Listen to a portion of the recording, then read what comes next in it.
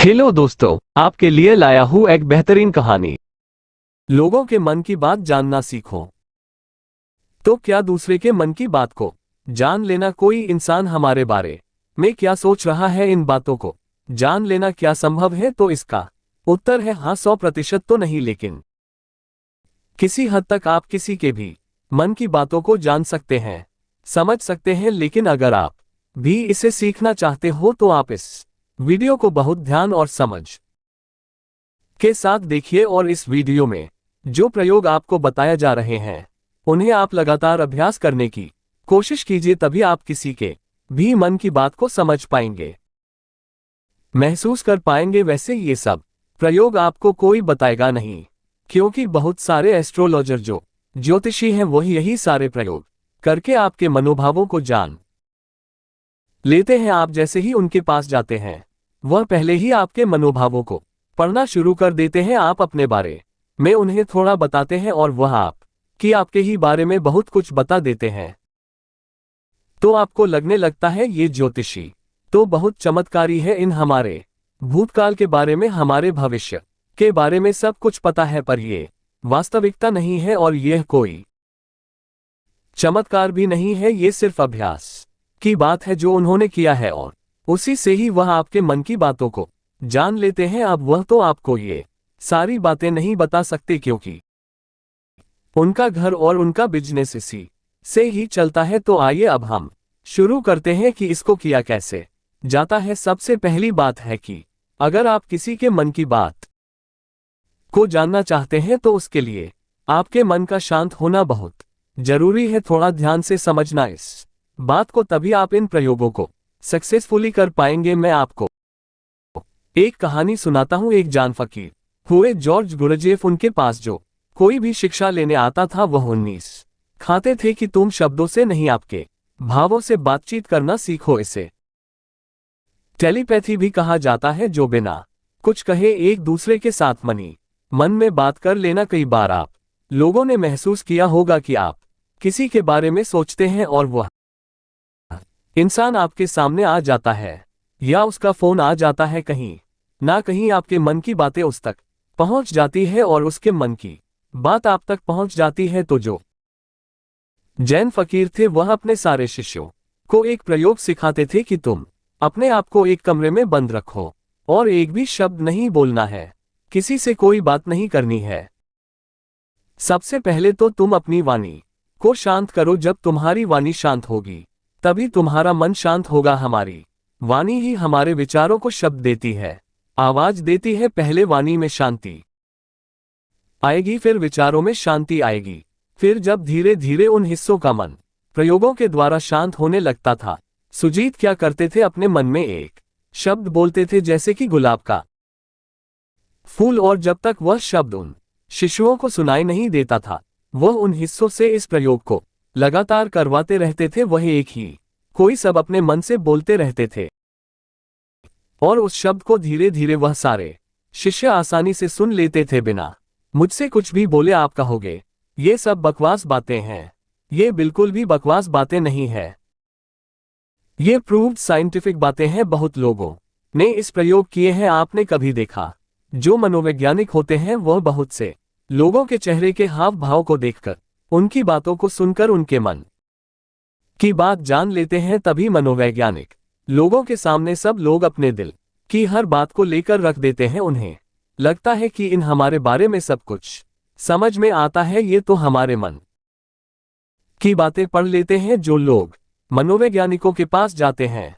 उन्हें लगता है इसमें योनि के पास तो कोई चमत्कारी शक्ति है। सच कहूं, उसके पास कोई चमत्कारी शक्ति नहीं, उसने बस अपने विचारों को शांत करके, खुद के विचारों में ठहरा आंवला करके उसने अपने भावों को, अपनी ऊर्जा को आपसे कनेक्ट कर लिया।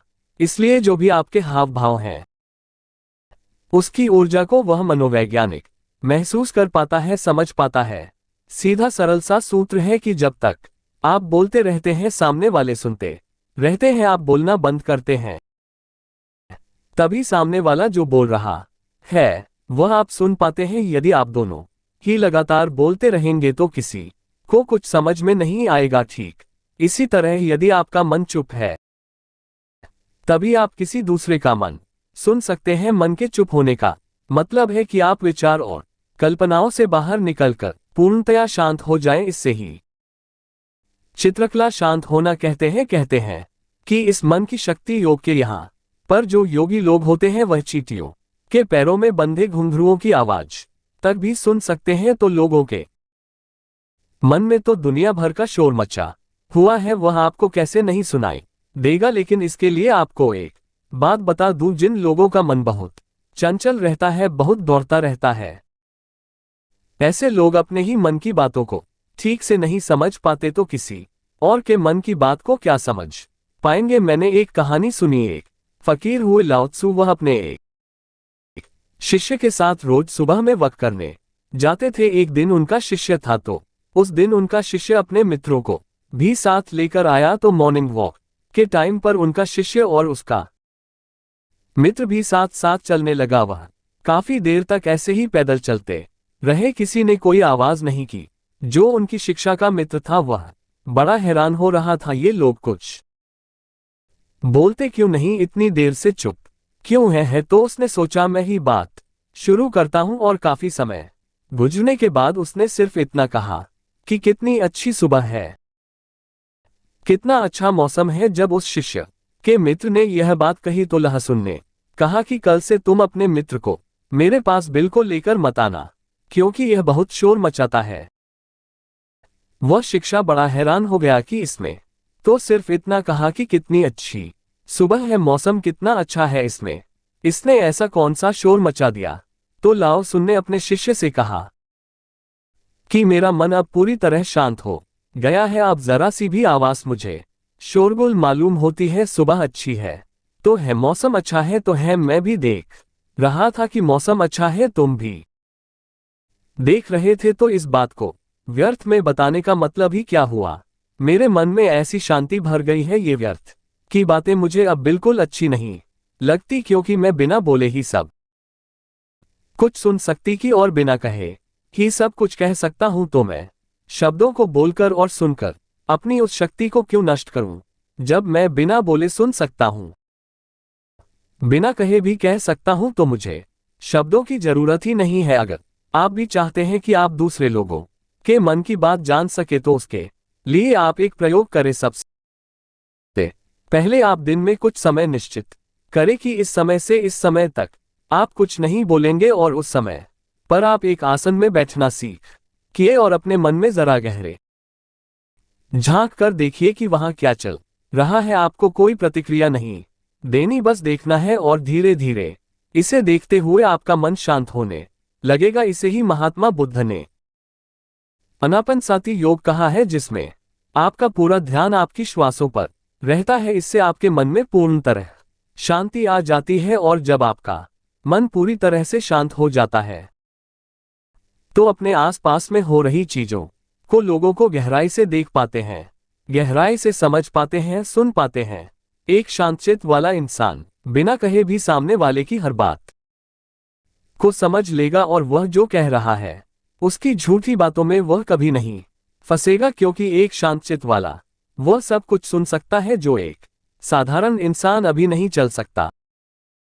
अगर आप भी चाहते हैं कि आप लोगों का आगमन पर सके, उनके मन में चल रही भावनाओं को महसूस कर सके, तो उसके लिए आप अपने मन को शांत करने का अभ्यास करें। और जब आपका मन शांत हो जाए तो धीरे धीरे लोगों के मन में यहारे झांकने की कोशिश करें, उनके हाव भाव को समझने की कोशिश करें, उनके शब्दों पर रही जाए जो उनके हाव भाव है, आप उन्हें गहराई से समझने की कोशिश करें।